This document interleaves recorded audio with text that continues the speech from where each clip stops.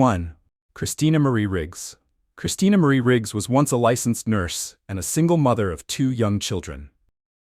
By all outward appearances, she was simply trying to rebuild her life after a series of personal and emotional struggles. But in November 1997, her story took a devastating turn that would ultimately lead to a place few expected: death row. Following years of mental health challenges, including severe depression, Riggs made a tragic decision that ended the lives of her children. She later confessed to authorities, explaining that she had been overwhelmed and believed she was sparing them from future pain. The court, however, saw the act not as mercy, but as murder. She was convicted and sentenced to death in the state of Arkansas in 2000. Unlike many others facing execution, Christina did not fight the sentence. She declined to pursue lengthy appeals and stated that she accepted the consequences of her actions. Her choice shocked many observers, particularly because she remained composed and resolute in the face of death. On the day of her execution, Christina Riggs declined any final meal and refused sedation. As she lay on the gurney, her final statement was short, emotional, and direct. She said, "There is no way, no words to express how sorry I am. I love you, my babies." She was executed by lethal injection on May 2, 2000, becoming the first woman put to death in Arkansas in more than 150 years. Her final words, though simple, continue to echo in true crime discussions today, not just for what they said, but for what they revealed: a mother's grief, guilt, and a haunting farewell that still stirs debate over mental health, justice, and irreversible choices. 2. Judy Buenoano. Judy Buenoano lived a life full of charm, control, and secrets. Behind her quiet smile and polished appearance was a story filled with dark chapters, a web of deception, manipulation, and death. Known to the media as Florida's Black Widow, Judy was convicted of killing her husband, her son, and attempting to murder her fiancé. Her crimes stretched over more than a decade and involved poisoning, drowning, and even a car bombing. It began in the early 1970s, when her husband mysteriously died from arsenic poisoning. A few years later, her son Michael, a young man recently disabled from illness, drowned during a canoeing trip with Judy. The case was ruled accidental at the time, but suspicions grew. Then in 1983, her fiancé was nearly killed when his car exploded. He survived the blast, and investigators finally began to piece together the disturbing pattern. The common link? Judy's presence. And each incident was followed by life insurance payouts. She was eventually arrested, and prosecutors charged her in the deaths of her husband and son, as well as the attempted murder of her fiancé. During the trial, the evidence was overwhelming. Toxicology reports revealed poisoning, financial records traced insurance claims, and her cold, emotionless demeanor did little to sway the jury.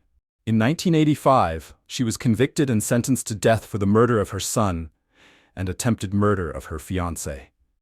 For over a decade on Florida's death row, Judy maintained a quiet presence. She insisted on her innocence, rarely speaking to reporters, and avoided the spotlight. She declined to show remorse and never gave a full confession. On March 30, 1998, Judy walked into the execution chamber at the Florida State Prison. She wore a simple white outfit and declined a last meal. When asked if she had any final words, she responded with a chilling calm, "I have no statement. No apology, no goodbye, no defense." She was executed by electric chair, the first woman to be put to death in Florida since 1848. Her case marked a turning point in American criminal history. Many remember her as a master manipulator who used trust, love, and financial gain as weapons. Others wonder what truly motivated her, and whether there were more victims than we know. Judy Buenoano left the world as silently as she lived much of her life, but the trail she left behind, of broken families, unanswered questions, and cold calculation, still serves as a warning. Not every killer looks like one. Sometimes evil hides behind elegance and ends without a single word. 3. Aileen Wuornos. Before she was known as one of America's most infamous female serial killers, Aileen Wuornos was a drifter, a sex worker, and a woman shaped by a lifetime of abandonment, abuse, and trauma. Born in Michigan in 1956, she was orphaned by the age of 4, homeless by her teens, and selling her body to survive before she turned 20. Her journey from survival to spree killing would later grip the nation and divide it. Between 1989 and 1990, Wuornos murdered 7 men along Florida highways. She claimed each man had attempted to assault her and that the killings were in self-defense. But the evidence told a more complex story. The victims were shot multiple times, some robbed, their cars stolen. Police found a pattern. Her final arrest came after pawning items linked to her victims and confiding in a friend-turned-informant. At her trial, Wuornos appeared volatile, often lashing out in court. Prosecutors painted her as a cold-blooded predator. Her defense team tried to highlight her traumatic past and claimed she was a deeply disturbed woman reacting to violent situations. Still, she was convicted and sentenced to death in 1992 for the murder of Richard Mallory, a man with a criminal record of his own. She would later plead guilty to several of the other murders. Over the years, Wuornos gained a strange cult following. Some viewed her as a tragic figure, a symbol of what happens when society fails to protect its most vulnerable. Others saw her simply as a manipulative killer who played the victim. She gave several interviews from death row, each more intense than the last. Her mental state declined rapidly, with outbursts about angels, government conspiracies, and surveillance. On October 9, 2002, at Florida State Prison, Aileen Wuornos was executed by lethal injection.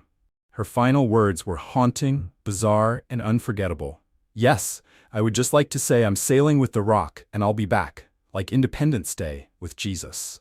June 6th, like the movie Big Mothership and all, I'll be back." Her words echoed with a mix of delusion, bravado, and something resembling peace. She believed she was ascending, not dying.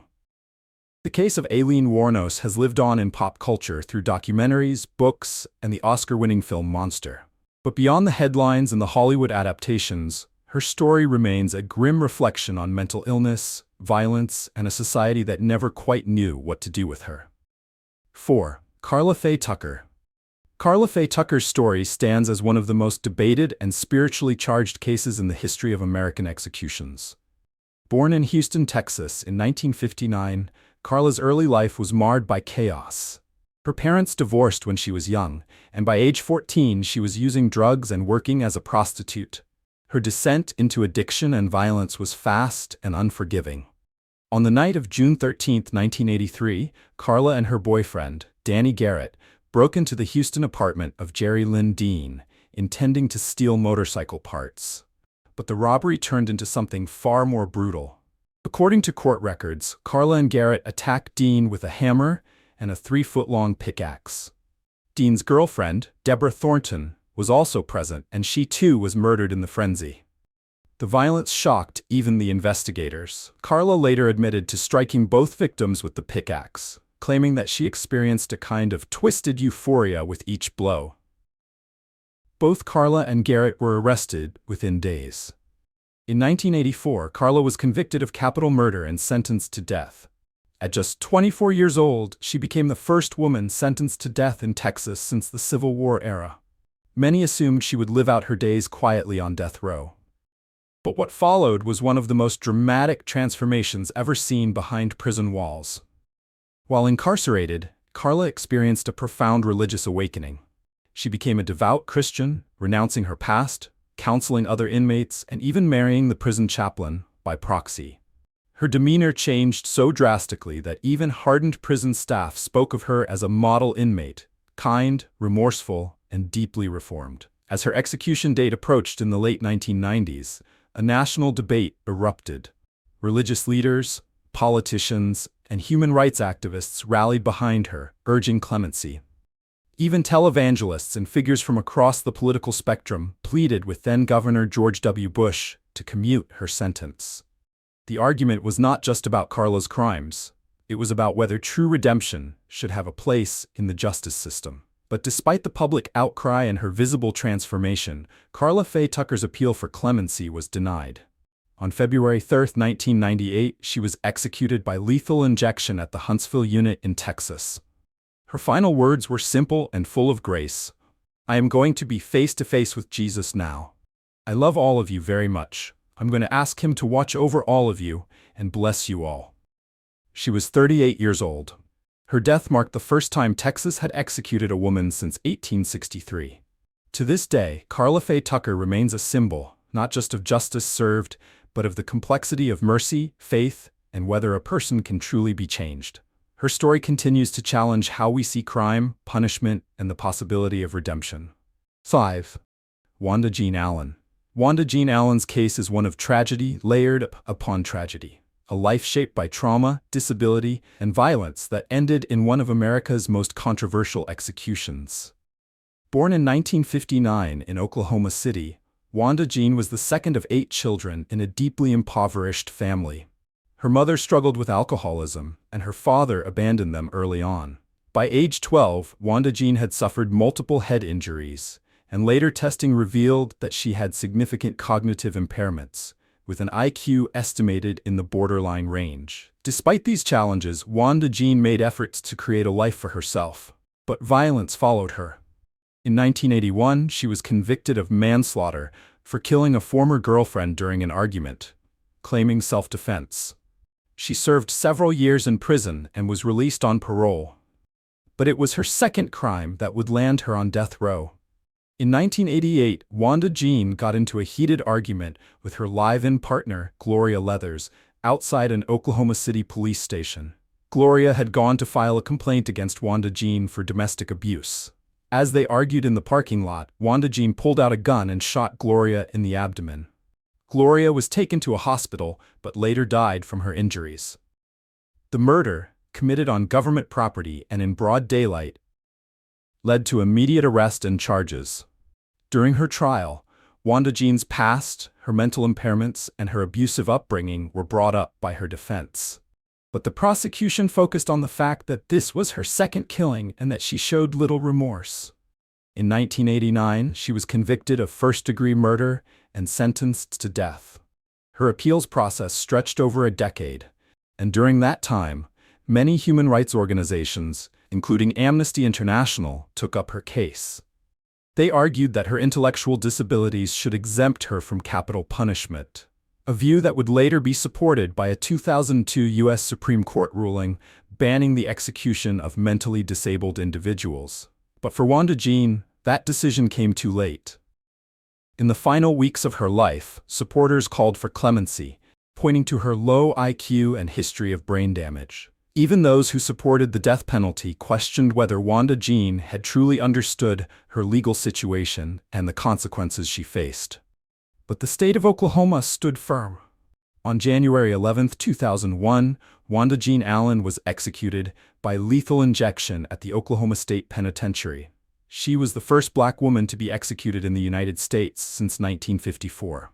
Her final words were quiet and directed toward the victim's family. "Father, forgive them, they know not what they do." Wanda Jean's death left many unsettled, not just because of what she had done, but because of the deeper question her case raised. Should someone with limited mental capacity be held fully responsible for a moment of fatal rage? 6. Eva Dugan. Eva Dugan's life was one of reinvention and eventual ruin. Born in Missouri in 1878, she was a woman of grit and survival, drifting through jobs as a cabaret singer, chicken farmer, and housekeeper. But it was in Arizona, under the blazing desert sun, that her final chapter unfolded. In 1927, she was hired as a live-in housekeeper by Andrew Mathis, a wealthy, reclusive rancher known for his temper and cash-filled pockets. The arrangement didn't last long. Soon after Dugan was fired, Mathis vanished.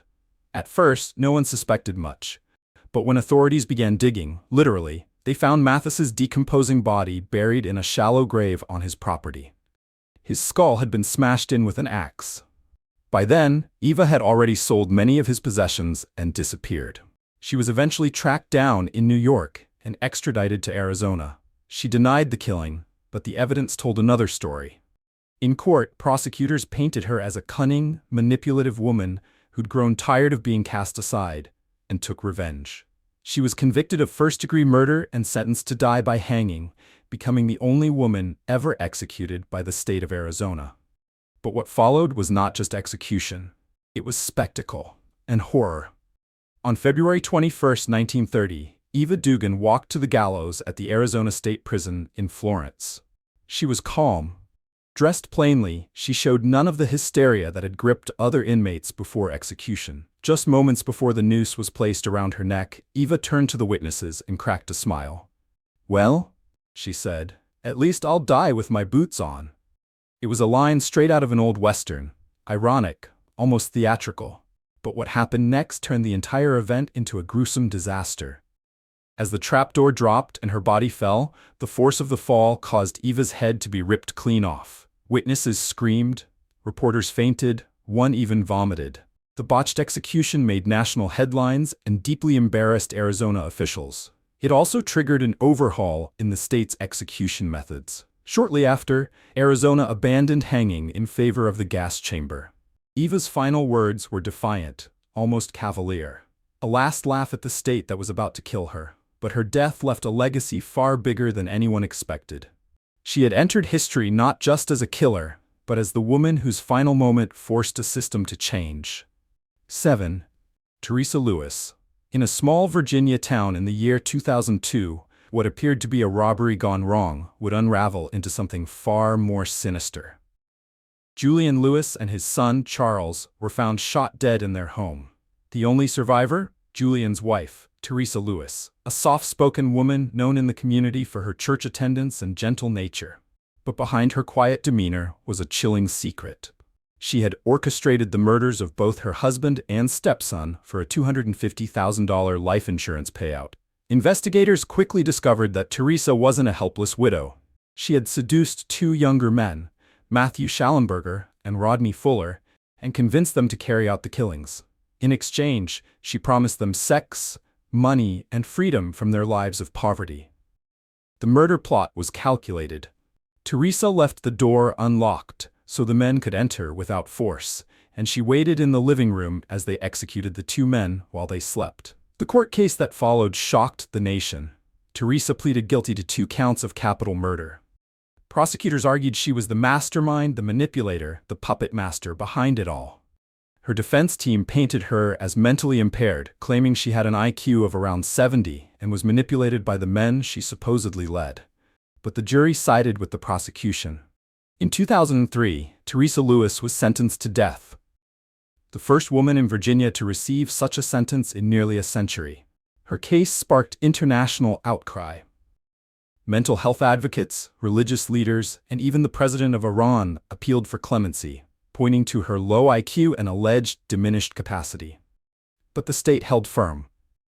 On September 23, 2010, Teresa Lewis was executed by lethal injection at the Greensville Correctional Center. She wore a light blue prison uniform, her gray hair pulled back. As the time approached, her voice trembled, but she spoke clearly. Her final words were simple, humble, and heavy with emotion. "I just want everybody to know that I love you, and I'm very sorry for what I did." She directed her apology to the family of her victims, to her own daughter, and even to prison staff who had treated her with dignity. As the drugs began to take effect, she sang a hymn softly to herself, and within minutes, she was gone. They were women who once walked in 2 worlds, life-givers and life-takers, nurturers and destroyers. Each of them carried the weight of a crime so disturbing it led to the ultimate punishment. But in those final moments, stripped of power, makeup, and masks, what remained were words. Just a few sentences, sometimes a whisper, sometimes a scream, and sometimes nothing at all. Christina Riggs wept for her children. Aileen Wuornos left the world with a cryptic promise of return. Judy Buenoano gave nothing but a cold refusal. Karla Faye Tucker asked for forgiveness. Eva Dugan cracked a final joke that still echoes through history books. Teresa Lewis offered a soft apology. Wanda Jean Allen chose silence. 7 very different women, 7 very different endings. But one chilling truth connects them all. In death, their last words have become louder than the crimes that put them on the gurney. Some confessed, some denied, some embraced their fate with eerie calm, and others clung to defiance until their very last breath. There's something about a final statement that haunts us. It's not just what's said, it's why it's said. Is it repentance, manipulation, a cry for legacy, or is it the last grasp of control in a system that stripped everything else away? Whatever the reason, the final words of the condemned hold a strange power, because they aren't just spoken into the air, they're spoken into history. And so we're left to wonder, when the end comes, what will your last words be? Will they reveal who you really were, or will they hide who you've always been? If this story moved you or disturbed you, let us know in the comments. Which final words stayed with you the most? Like, share, and don't forget to subscribe for more true crime cases that explore not just what happened, but why it happened. Because sometimes the story doesn't end with the crime, it ends with a whisper in the dark. And that whisper might just be the most honest moment of all.